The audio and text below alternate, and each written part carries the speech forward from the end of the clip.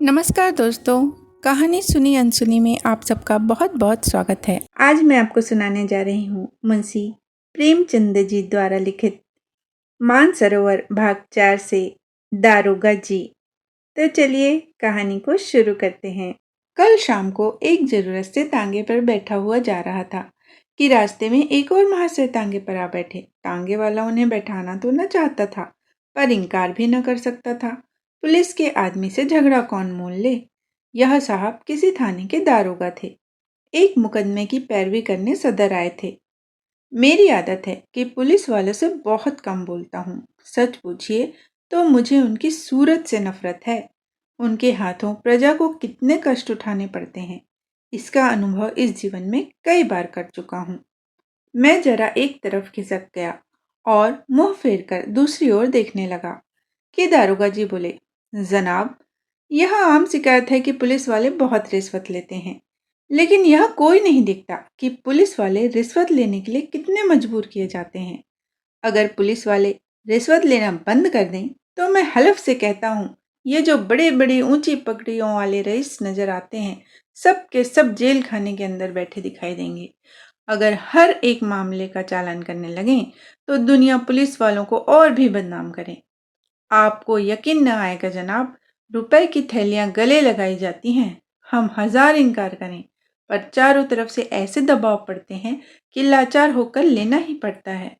मैंने उपहास के भाव से कहा, जो काम रुपए लेकर किया जाता है वही काम बिना रुपए लिए भी तो किया जा सकता है। दारोगा जी हंसकर बोले, वह तो गुनाह बेलज्जत होगा बंदा परवर। पुलिस का आदमी इतना कट्टर देवता नहीं होता, और मेरा ख्याल है कि शायद कोई इंसान भी इतना बेलौस नहीं हो सकता। और सिंगों के लोगों को भी देखता हूँ, मुझे तो कोई देवता न मिला। मैं अभी इसका कुछ जवाब दे ही रहा था कि एक मियाँ साहब लंबी अचकन पहने, तुर्की टोपी लगाए तांगे के सामने से निकले। दारोगा जी ने उन्हें देखते ही झुककर सलाम किया और शायद मिजाज शरीफ पूछना चाहते थे कि उस भले आदमी ने सलाम का जवाब गालियों से देना शुरू किया। जब तांगा कई कदम आगे निकल आया तो वह पत्थर लेकर तांगे के पीछे दौड़ा। तांगे वाले ने घोड़े को तेज किया। उस भले मानुस ने भी अपने कदम तेज किए और पत्थर फेंका। मेरा सिर बाल बाल बच गया। उसने दूसरा पत्थर उठाया, वह हमारे सामने आकर गिरा। तीसरा पत्थर इतनी जोर से आया कि दारोगा जी के घुटने में बड़ी चोट आई। पर इतनी देर में तांगा इतनी दूर निकल आया था कि हम पत्थरों की मार से दूर हो गए थे। हाँ, गालियों की मार अभी तक जारी थी। जब तक वह आदमी आंखों से ओझल न हो गया, हम उसे एक हाथ में पत्थर उठाए और गालियां बकते देखते रहे। जब जरा चित्त शांत हुआ, मैंने दारोगा जी से पूछा, यह कौन आदमी है साहब, कोई पागल तो नहीं है? दारोगा जी ने घुटने को सहलाते हुए कहा, पागल नहीं है साहब, मेरा पुराना दुश्मन है। मैंने समझा था जालिम पिछली बातें भूल गया होगा, वरना मुझे क्या पड़ी थी कि सलाम करने जाता। मैंने पूछा, आपने इसे किसी मुकदमे में सजा दिलाई होगी? बड़ी लंबी दास्तान है जनाब, बस इतना समझ लीजिए कि इसका बस चले तो मुझे जिंदा ही निकल जाए। मैंने उनसे कहा, आप तो शोक की आग को और भड़का रहे हैं, अब तो वह दास्तान सुने बगैर तस्कीन न होगी। दारोगा जी ने पहलू बदल कर कहा, अच्छी बात है, सुनिए। कई साल हुए मैं सदर में ही तैनात था। बेफिक्री के दिन थे, ताजा खून एक मासूक से आंख लड़ गई। आम दरफ्त शुरू हुई। अब भी जब उस हसीना की याद आती है तो आंखों से आंसू निकल आते हैं। बाजारू औरतों में इतनी हया, इतनी वफा, इतनी मुरब्बत मैंने नहीं देखी। 2 साल उसके साथ इतने लुत्फ से गुजरे कि आज भी उसकी याद करके रोता हूँ। मगर किस्से को बढ़ाऊंगा नहीं, वरना अधूरा ही रह जाएगा। मुख्तसर यह कि 2 साल के बाद मेरे तबादले का हुक्म आ गया। उस वक्त दिल को जितना सदमा पहुंचा, उसका जिक्र करने के लिए दफ्तर चाहिए। बस यही जी चाहता था कि इस्तीफा दे दूं।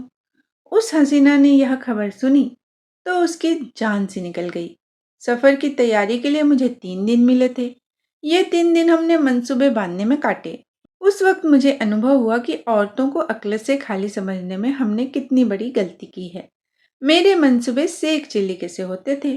कलकत्ते भाग चलें, वहां कोई दुकान खोल दें या इसी तरह की कोई दूसरी तजवीज करता, लेकिन वह यही जवाब देती थी कि अभी वहां जाकर अपना काम करो। जब मकान का बंदोबस्त हो जाए तो मुझे बुला लेना, मैं दौड़ी चली आऊंगी। आखिर जुदाई की घड़ी आई। मुझे मालूम होता था कि अब जान न बचेगी। गाड़ी का वक्त निकला जाता था और मैं उसके पास से उठने का नाम न लेता। मगर मैं फिर किस्से को तूल देने लगा। खुलासा यह कि मैं उसे 2-3 दिन में बुलाने का वादा करके रुखसत हुआ। पर अफसोस, वे 2-3 दिन कभी ना आए। पहले 10-5 दिन तो अफसरों से मिलने और इलाके की देखभाल में गुजरे। इसके बाद घर से खत आ गया कि तुम्हारी शादी तय हो गई, रुखसत लेकर चले आओ। शादी की खुशी में उस वफा की देवी की मुझे फिक्र न रही। शादी करके महीने भर बाद लौटा तो बेबी साथ थी।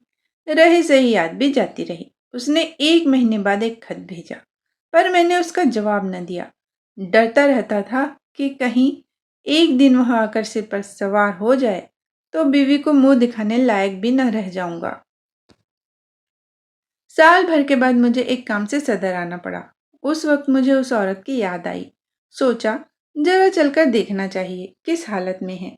फौरन अपने खत न भेजने और इतने दिनों तक न आने का जवाब सोच लिया और उसके द्वार पर जा पहुंचा। दरवाजा साफ सुथरा था, मकान की हालत भी पहले से अच्छी थी। दिल की खुशी हुई कि इसकी हालत उतनी खराब नहीं है जितनी मैंने समझी थी। और क्यों खराब होने लगी? मुझ जैसे दुनिया में क्या और आदमी नहीं है? मैंने दरवाजा खटखटाया। अंदर से वह बंद था। आवाज आई, कौन है? मैंने कहा, वाह, इतनी जल्दी भूल गई। मैं हूं, बसीर। कोई जवाब न मिला। आवाज उसी की थी, इसमें शक नहीं। फिर दरवाजा क्यों नहीं खोलती? जरूर मुझसे नाराज है। मैंने फिर किवाड़ खटखटाए और लगा अपनी मुसीबतों का किस्सा सुनाने। कोई 15 मिनट के बाद दरवाजा खुला। हसीना ने मुझे इशारे से अंदर बुलाया और चट से किवाड़ बंद कर लिए। मैंने कहा, मैं तुमसे माफी मांगने आया हूँ। यहाँ से जाकर मैं बड़ी मुश्किल में फंस गया। इलाका इतना खराब है कि दम मारने की मोहलत नहीं मिलती। हसीना ने मेरी तरफ न देखकर जमीन की तरफ ताकते हुए कहा, माफी किस बात की? तुमसे मेरा निकाह तो न हुआ था? दिल कहीं और लग गया तो मेरी याद क्यों आती? मुझे तुमसे कोई शिकायत नहीं है। जैसा और लोग करते हैं वैसा ही तुमने किया। यही क्या कम है? इतने दिनों बाद इधर आ तो गए, रहे तो खैरियत से। मैंने कहा, किसी तरह जिंदा हूं। उसने कहा, शायद जुदाई में घुलते घुलते यह तोन निकल आई है। खुदा झूठ न बुलवाए, तब से दूने हो गए हो। मैंने झेपते हुए कहा, यह सारा बलगम का फिसाद है। भला मोटा मैं क्या होता? उधर का पानी निहायती बलगमी है। तुमने तो मेरी याद ही बुला दी। उसने अब की मेरी ओर तेज निगाहों से देखा और बोली, खत का जवाब तक नहीं दिया, उल्टे मुझी को इल्जाम देते हो। मैं तुम्हें शुरू से बेवफा समझती थी और तुम वैसे ही निकले। बीवी लाए और मुझे खत तक न लिखा। मैंने ताज्जुब से पूछा, तुम्हें कैसे मालूम हुआ कि मेरी शादी हो गई? उसने रुखाई से कहा, यह पूछकर क्या करोगे? झूठ तो नहीं कहती। बेवफा बहुत देखे, लेकिन तुम सबसे बढ़कर निकले। तुम्हारी आवाज सुनकर जी में तो आया कि धुतकार दूं, लेकिन यह सोचकर दरवाजा खोल दिया कि अपने दरवाजे पर किसी को क्या जलील करूं।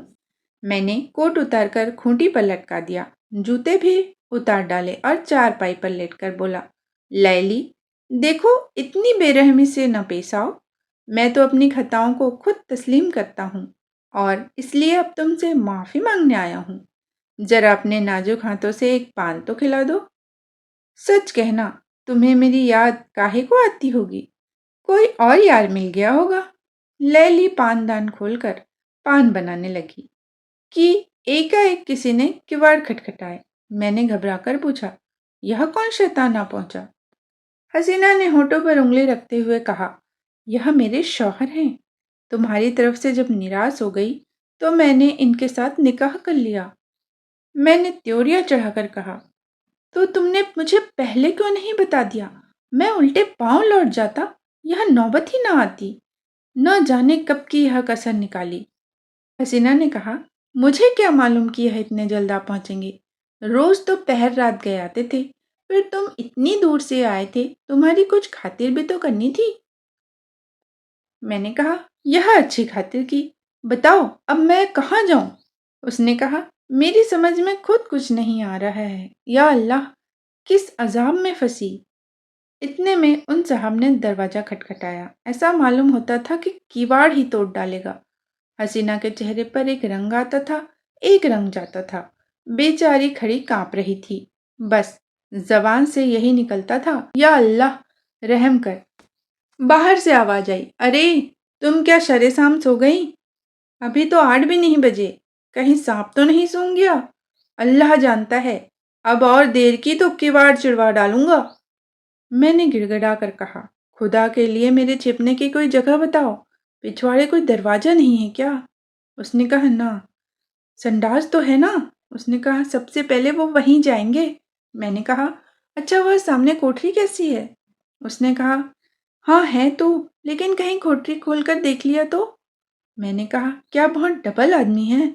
उसने कहा, तुम जैसे दो को बगल में दबा ले।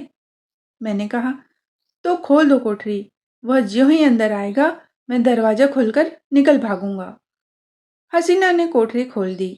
मैं अंदर जा घुसा। दरवाजा फिर बंद हो गया। मुझे कोठरी में बंद करके हसीना ने जाकर सदर दरवाजा खोला और बोली, क्यों किवाड़ तोड़े डालते हो? आ तो रही हूं। मैंने कोठरी के किवाड़ों के दराजों से देखा। आदमी क्या पूरा देव था। अंदर आते ही बोला, तुम सरे शाम सो गई थी?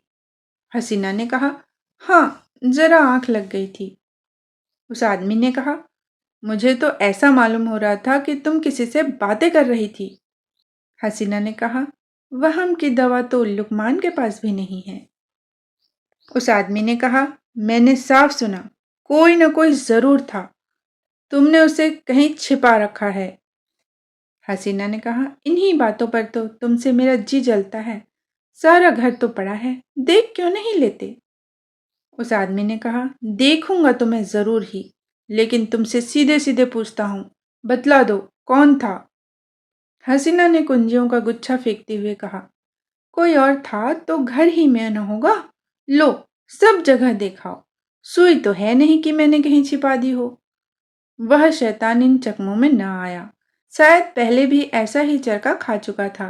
कुंजियों का गुच्छा उठाकर सबसे पहले मेरी कोठरी के द्वार पर आ गया और उसके ताले को खोलने की कोशिश करने लगा। गुच्छे में उस ताले की कुंजी न थी। बोला, इस कोठरी के कुंजी कहाँ हैं? हसीना ने बनावटी ताज्जुब से कहा, अरे तो क्या उसमें कोई छिपा बैठा है? वह तो लकड़ियों से भरी पड़ी है। उस आदमी ने कहा, तुम कुंजी दे दो ना। हसीना कहती है, तुम भी कभी कभी पागलों के से काम करने लगते हो। अंधेरे में कोई सांप बिच्छू निकल आए तो? ना भैया, मैं उसकी कुंजी न दूंगी। उस आदमी ने कहा, बला से सांप निकल आएगा, अच्छा ही हो निकल आए। इस बेहयाई की जिंदगी से तो मौत ही अच्छी है। हसीना ने इधर उधर तलाश करके कहा, न जाने कुंजी कहाँ रख दी है, ख्याल नहीं आता। इस कोठरी में तो मैंने और कभी ताला नहीं देखा। उस आदमी ने कहा। हसीना कहती है, मैं तो रोज लगाती हूँ, शायद कभी लगाना भूल गई हूँ तो नहीं कह सकती। उसका शौहर कहता है, तो तुम कुंजी न दोगी? हसीना ने कहा, कहती तो हूँ इस वक्त नहीं मिल रही है। वो आदमी ने कहा, कह देता हूँ, कच्चा ही खा जाऊंगा। अब तक तो मैं किसी तरह जब्त किए खड़ा रहा। बार बार अपने ऊपर गुस्सा आ रहा था कि यहाँ क्यों आया। न जाने यह शैतान कैसे पेश आए, कहीं तैस में आकर मुझे मार ही न डाले। मेरे हाथों में तो कोई छुरी भी नहीं है। या खुदा, अब तू ही मालिक है। दम रोके हुए खड़ा था कि एक पल का भी मौका मिले तो निकल भागूं। लेकिन जब उस मर्दूद ने किवाड़ों को जोर से धमधमाना शुरू किया, तब तो रूह ही फना हो गई।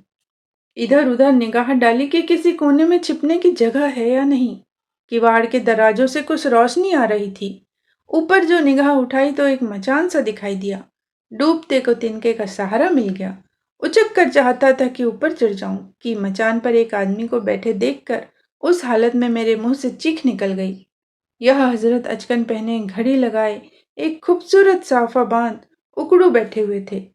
अब मुझे मालूम हुआ कि मेरे लिए दरवाजा खोलने में हसीना ने इतनी देर क्यों की थी। अभी इनको देख ही रहा था कि दरवाजे पर मूसल की चोटें पड़ने लगी। मामूली किवाड़ तो थे ही, 3-4 चोटों में दोनों किवाड़े नीचे आ रहे और वह मरदूद लालटेन लिए कमरे में घुसा। उस वक्त मेरी क्या हालत थी, इसका अंदाजा आप खुद कर सकते हैं। उसने मुझे देखते ही लालटेन रख दी और मेरी गर्दन पकड़कर बोला, अच्छा, आप यहाँ तशरीफ रखते हैं? आइए, आपकी कुछ खातिर करूं। ऐसे मेहमान रोज कहाँ मिलते हैं? यह कहते हुए उसने मेरा एक हाथ पकड़कर इतने जोर से बाहर की तरफ धकेला कि मैं आंगन में औंधा जा गिरा। उस शैतान की आंखों से अंगारे निकल रहे थे। मालूम होता था उसके होंठ मेरा खून चूसने के लिए बढ़े आ रहे हैं।